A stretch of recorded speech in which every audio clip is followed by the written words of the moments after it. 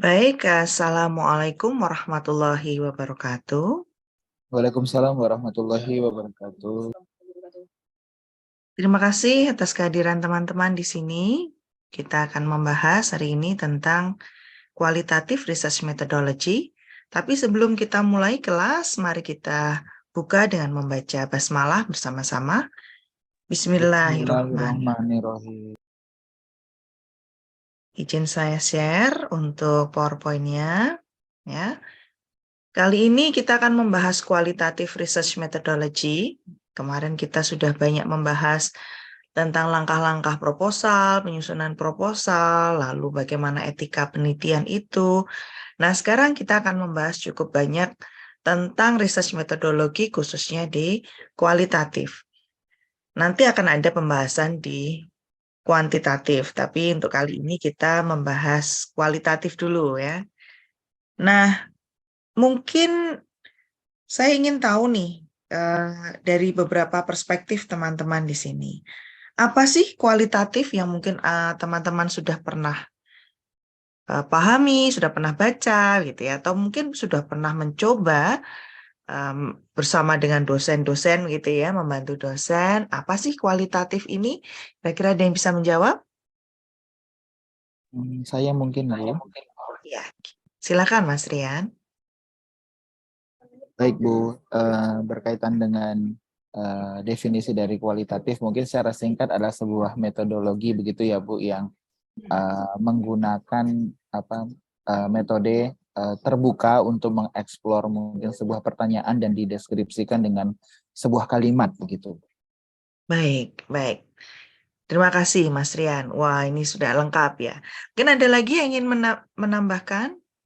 Mungkin saya Bu, kalau setahu saya, kalau metode kualitatif itu metode penelitian yang tidak menggunakan angka, gitu Bu. Oke, oke. Terima kasih Mbak Nabila. Jadi jawaban dari Mas Rian dengan Mbak Nabila ini benar semua. Jadi kualitatif ini kita tidak pernah menggunakan angka.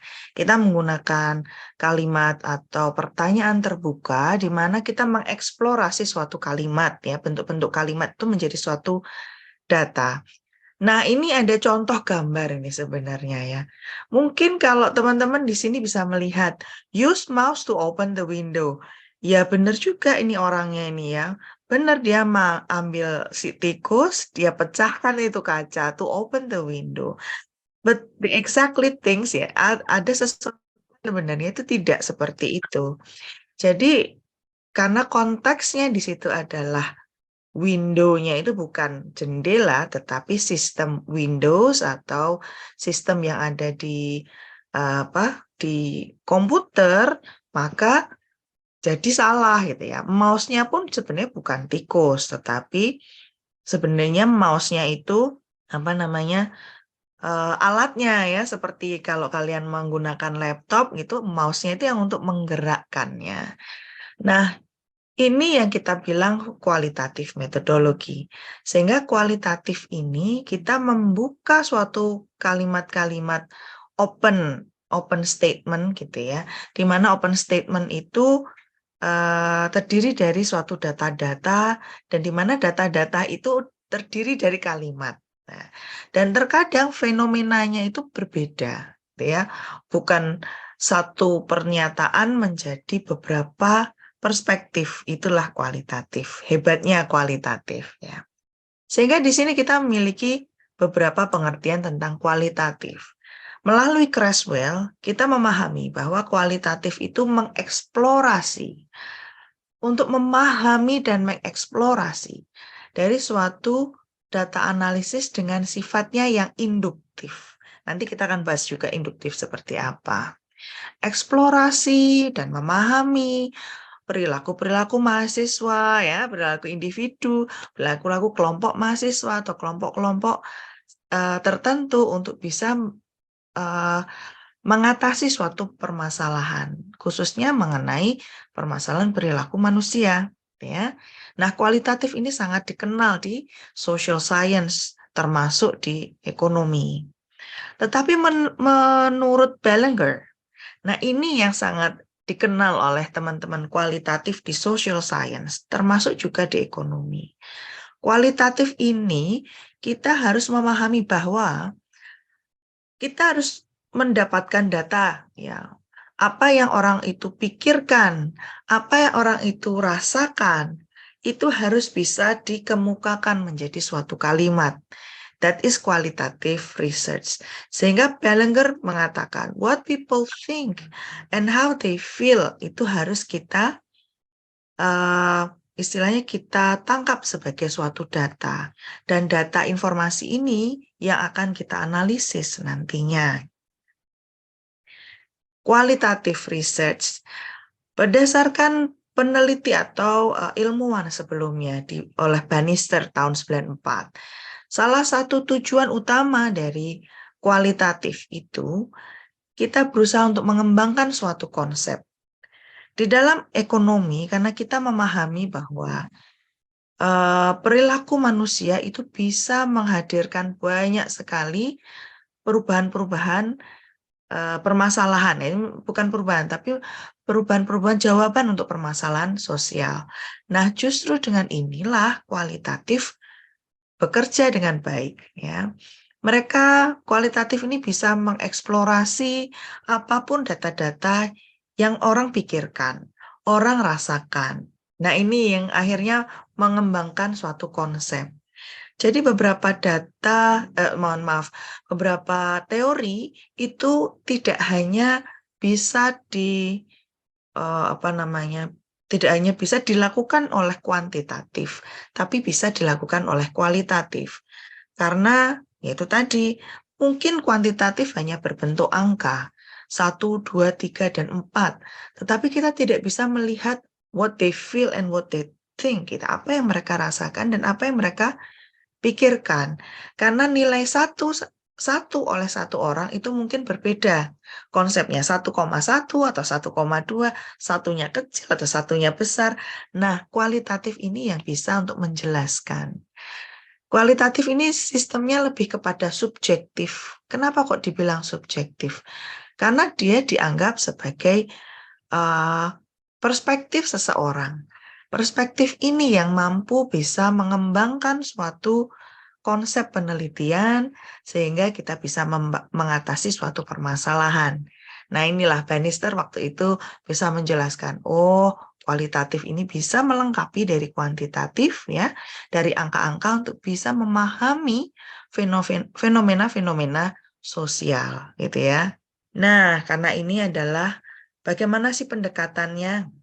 Tadi teman-teman di sini kelihatannya sudah bisa membayangkan ya, oh iya ya, penelitiannya cukup menarik untuk diaplikasikan. Kira-kira dari karakteristik paparan karakteristik tadi, kira-kira ada tidak ide dari kalian gitu ya, dari teman-teman di sini nih, berlima nih yang masuk. Apa judul, mungkin bisa kita diskusikan, judul penelitian yang kita bisa gunakan untuk contoh sebagai penelitian kualitatif. Nah, tadi sudah kelihatan ya karakteristiknya apa. Mungkin sudah ada di dalam idenya. Oh, kelihatannya bisa nih bikin apa gitu ya.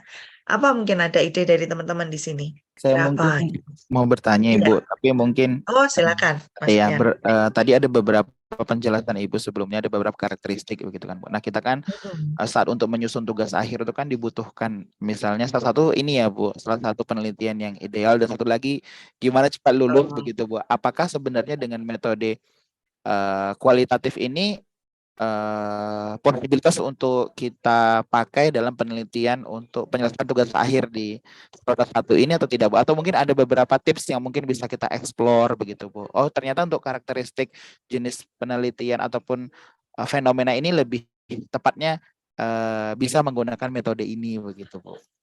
Oke, good questions dari Mas Rian. Matur nuwun Mas Rian. Betul, di kualitatif ini bisa kita gunakan untuk penelitian teman-teman di S1 ya. Selain kuantitatif, menjadi salah satu pilihan gitu.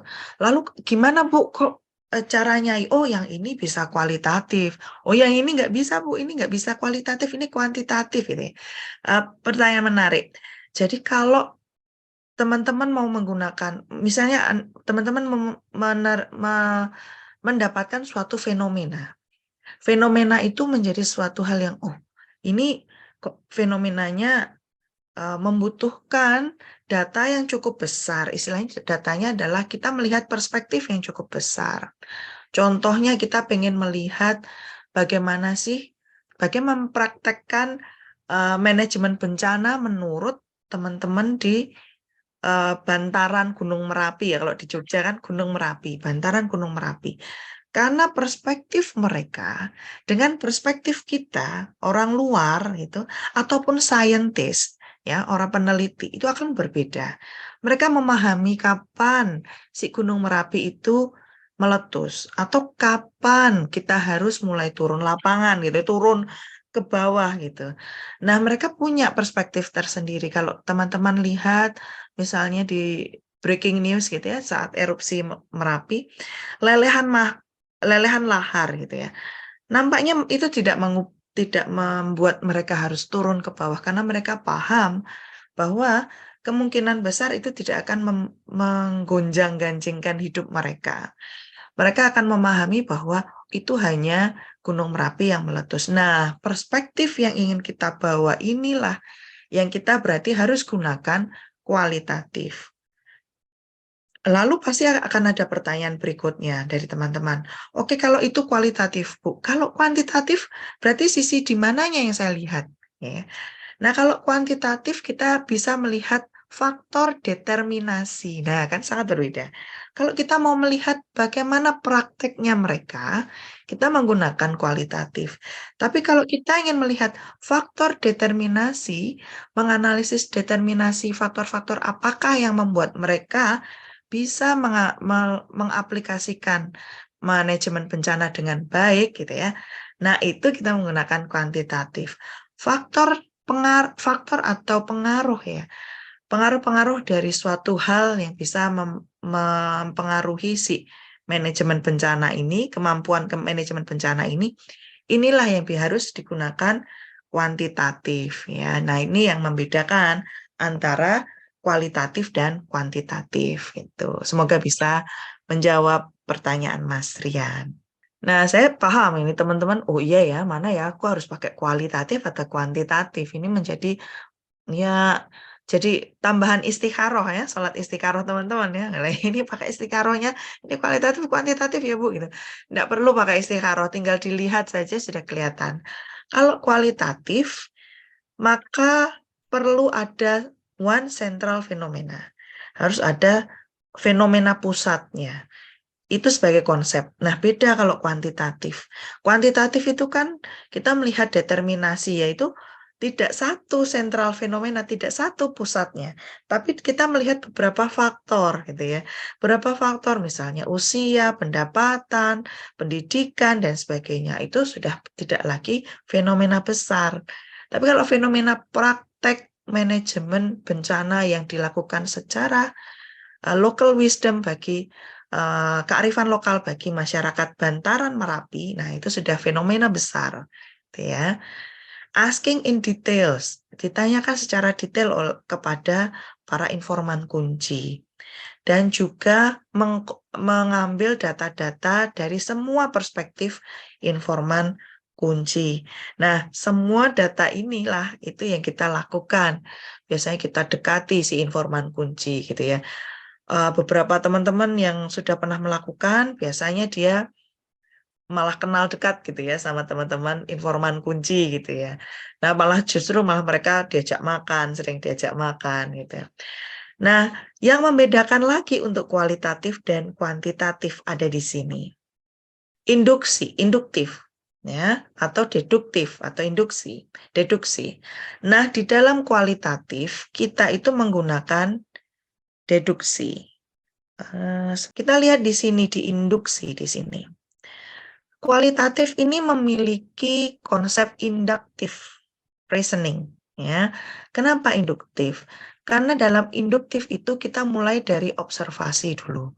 Kita lihat dulu dari mereka bagaimana mempraktekkan manajemen bencana nih oleh orang-orang di sini. Kita duduk gitu ya, sambil ngopi ngangkring gitu ya. Kita duduk mengobservasi. Setelah mengobservasi, disitulah kalian akan memahami pola-pola atau pattern-nya, di mana ternyata mereka itu nggak, ya observasi tidak hanya sehari 2 hari ya, observasi akan dilakukan terus, akan lama gitu. Itulah yang kualitatif. Biasanya side effect-nya adalah kita duduk bareng, kita sering ke sana dan cukup lama, rata-rata sebulan gitu ya, duduk di sana. Kita mengobservasi sehingga kita menemukan polanya. Oh, ternyata mereka punya pola tersendiri. Bagaimana mereka memahami tentang Gunung Merapi gitu ya. Dari pola ini diambillah suatu tentatif, kalau kita bilang tentatif hipotesis, tapi sebenarnya bukan hipotesis, tapi itu adalah tentatif statement gitu ya. Ternyata mereka memahami bahwa Gunung Merapi itu bukan sesuatu hal yang bukan bencana bagi mereka, atau bukan suatu hal yang bahaya. Nah, dari situlah baru ditarik sebagai sebuah teori. Nah, induktif ini berawal dari observasi. Karena orang-orang kualitatif memahami, ya, sangat memahami bahwa perubahan perilaku manusia akan suatu perubahan alam atau lingkungan itu menghasilkan teori yang berbeda pula. Inilah yang menjadi suatu hal yang menarik. Dan itu yang sangat membedakan dengan deduktif, gitu ya. Deduktif di sini kita bermula dari teori. Teori apa dulu? Contohnya Adam Smith atau David Ricardo. Spesialisasi akan meningkatkan suatu upah, suatu kinerja karyawan. Nah, upah ini dilihat, oke, berarti dari teori ini dibuat suatu hipotesis. Ini diduga signifikan berpengaruh positif terhadap kinerja, gitu ya. Ya, usia berpengaruh positif signifikan terhadap. Nah, ini dia buat hipotesisnya. Setelah itu dia observasi dan mengkonfirmasi hasilnya. Begitu dianalisis menggunakan teman-teman di sini mempelajari SPSS, mempelajari Stata, mempelajari EViews ya. Memahami, mengkonfirmasi hasilnya. Nah, itu yang membedakan antara kualitatif di sini induktif ya, dan deduktif yang dilakukan oleh kuantitatif.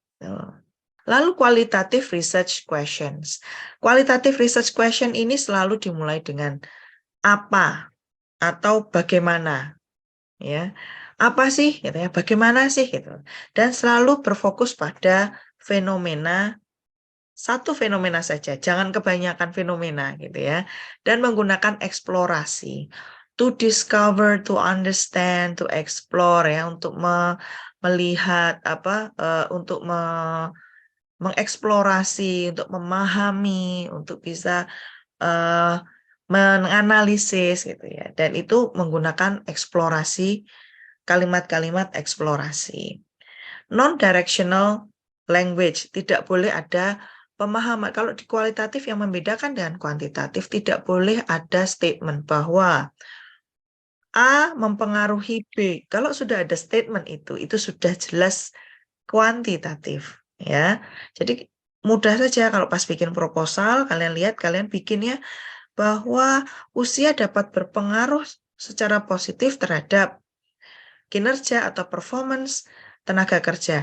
Nah, ini sudah kita bilang itu kuantitatif, itu bukan lagi kualitatif gitu ya. Karena tidak boleh ada directional, ada ini hubungannya dengan ini gitu ya. Itu sudah tidak diperbolehkan. Dan harus bersifat umum questions-nya. Jadi lebih, karena umum ini akan memudahkan para informan kunci untuk bisa menjawab sesuai dengan apa yang mereka rasakan dan mereka pikirkan. Lalu gimana sih pentingnya? Gitu. Memang kualitatif penting, Bu, gitu ya. Ini pasti ada di benak kalian ya. Oke, toh angel ya, gitu ya. Nah, karena kita ingat tadi induktif menghasilkan suatu teori, maka itu menjadi suatu hal yang important, yang penting. Nah, kalau nggak ada induktif, nggak akan jadi teori-teori gitu ya. Dan biasanya kualitatif itu hasilnya lebih fokus ke dalam, lebih dapat menghasilkan yang maksimal teorinya. Dan ini yang paling biasanya senang oleh para peneliti bahwa mereka kualitatif itu lebih murah, ya, cheaper. Kenapa kok cheaper? Karena rata-rata mereka hanya mendekati si informan informan kunci. Lalu mereka ya sudah hanya beberapa informan kunci. Berbeda dengan kuantitatif yang samplingnya harus dihitung. Nah, kalau sampling di kualitatif itu tidak terlalu banyak gitu ya. Nanti kita akan bahas pada pertemuan berikutnya gitu. Nah, itu what is the importance? Kenapa kok kualitatif menjadi penting sekali ya. Lalu bagaimana cara appropriate ya. Ini bagus nggak sih gitu ya kualitatif yang saya lakukan? Ya, bagus ketika variabelnya tidak bisa dikuantifikasikan. Tidak bisa mengatakan sangat setuju, tidak setuju, ataupun sangat tidak setuju. Tidak bisa dikuantifikasikan. Jawabannya harus berbentuk kata atau kalimat. Dan di saat variabel itu bisa dipahami secara natural setting. Bu, natural setting maksudnya apa? Ya jangan orangnya itu di-setting di laboratorium gitu ya, duduk bareng terus seperti ditanyain itu malah tugas polisi ya, bukan tugas researcher. Nah, ini natural setting di tempat mereka ya, kita yang mengikuti mereka, itu benar-benar natural setting. Dan variabelnya biasanya bisa dipahami over time, bisa dipahami secara runtut masa kemudian. Jadi bukan sesuatu hal yang hanya bisa dipahami sekarang gitu ya. Kayak misalnya Bu memahami tentang COVID gitu. Baik, COVID bagus, tetapi itu tidak bisa runtut massa. Mungkin bisa kita pahami sebagai virus atau penyakit menular ya, bukan COVID-nya, tapi virus penyakit menular yang mematikan misalnya. Contohnya case study-nya COVID. Jadi lebih ke general. Studying rules, proses, dan grup bisa diimplementasikan di situ. Dan objektifnya atau tujuannya harus memahami. Ya. And what to be observed, apa yang perlu diobservasi. Pertama adalah perilakunya atau bagaimana mereka mempraktekannya. Lalu perannya, gitu ya. Bagaimana perannya, bagaimana hubungan perannya, itu bisa kita observasi dari kualitatif. Ya. Nah, sekarang ini adalah karakteristik utama pada pengambilan data kualitatif. Yang pertama harus natural setting. Sehingga natural setting ini sangat penting positioning, gitu ya, positioningnya. Lalu researcher, nah kalau yang membedakan dengan kuantitatif, researchernya atau penelitinya itu yang menjadi kunci utamanya. Kunci utamanya bagi si analisisnya. Multiple data sources, bisa menggunakan macam-macam datanya. Dan bersifat induktif, harus ada partisipasi dari si key informant dan sebagainya. Nah, saya ingin tanya nih oleh teman-teman di sini. Kira-kira bagaimana sih cara mengambil data di kualitatif? Mungkin ada yang bisa menjawab? Jadi, untuk pengambilan data dalam penelitian menggunakan metode kualitatif itu mungkin bisa menggunakan cara wawancara mendalam dengan responden yang telah ditentukan. Oke, wah menarik sekali Mbak Eni, kelihatannya sudah pernah ya melakukannya, alhamdulillah. Baik, betul sekali Mbak Eni. Mungkin ada lagi? Ibu, mungkin saya, Bu. Kemarin Silakan Mas saya Rian. baca buku Ibu bahwa ternyata kan saya belum bisa membedakan secara spesifik ini Bu, apakah misalnya dengan penyebaran seperti form itu termasuk dengan wawancara atau tidak ya Bu, atau harus memang komunikasi secara langsung begitu Bu? Apa kategori yang namanya wawancara itu, apakah bisa menggunakan media ataupun wawancara tidak langsung atau harus langsung begitu Bu, dalam penelitian kualitatif ini begitu? Ada beberapa ya, karena di dalam penelitian kualitatif ini kita perlu interaksi langsung dengan si responden. Sehingga mungkin ada yang bilang, Bu, saya melakukannya dengan menyebar Google Form gitu ya. Sekarang banyak yang Google Form ya. Nah, ini untuk kualitatif kita tidak bisa menggunakan Google Form. Karena di dalam Google Form mereka mungkin akan menulis tapi kita tidak bisa melihat mimik muka mereka. Sehingga kita perlu interaksi secara langsung dengan melihat mimik muka mereka. Kenapa? Karena kita perlu membaca apakah statement setuju mereka adalah the real setuju ya, benar-benar setuju atau enggak gitu ya. Nah, ini yang perlu kita baca. Nah, teman-teman yang mungkin ada beberapa yang mengatakan, oh kelihatannya enggak deh, ini enggak sesuai apa namanya konteksnya si key informant itu nampaknya enggak sesuai jawabannya nih, kelihatannya enggak pas gitu ya. Kalian lihat mimik mukanya. Nah, itulah yang membedakan dengan kuantitatif.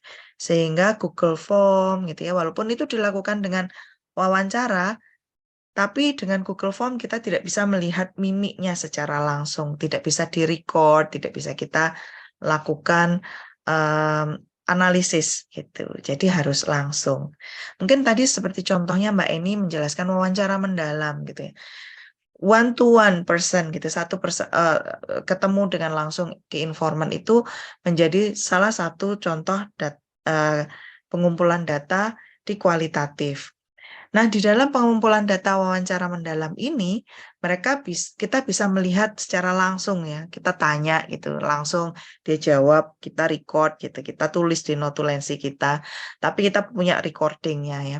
Dengan kita melihat, oh mimik wajahnya seperti ini.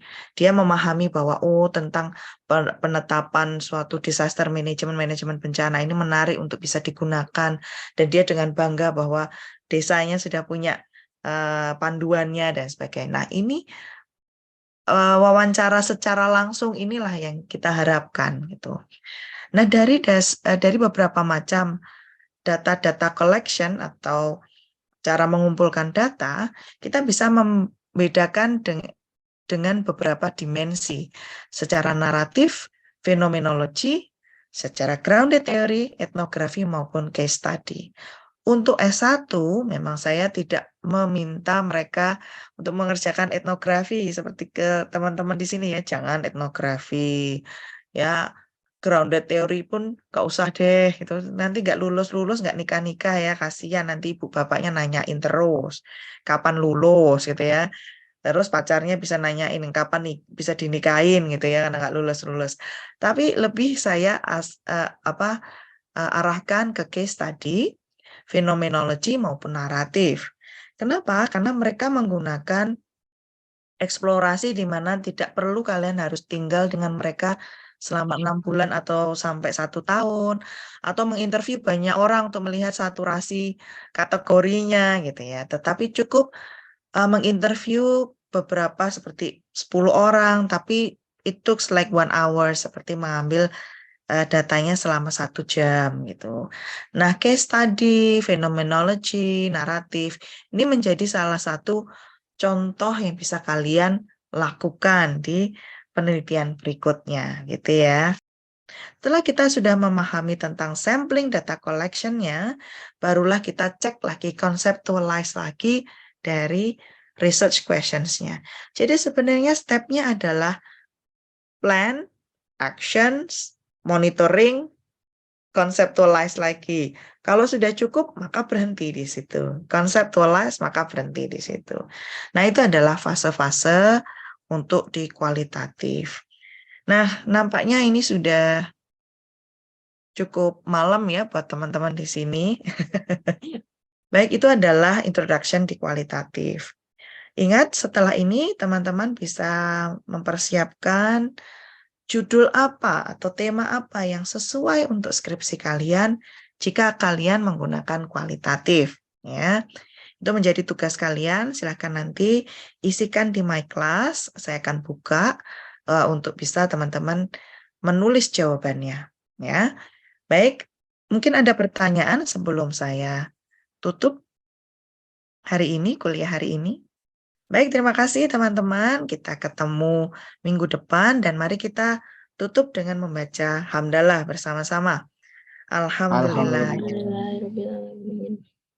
Kita ketemu lagi minggu depan, kita membahas tentang saturation theoretical. Terima kasih. Wassalamualaikum warahmatullahi wabarakatuh. Waalaikumsalam warahmatullahi wabarakatuh. Terima kasih Bu Didi.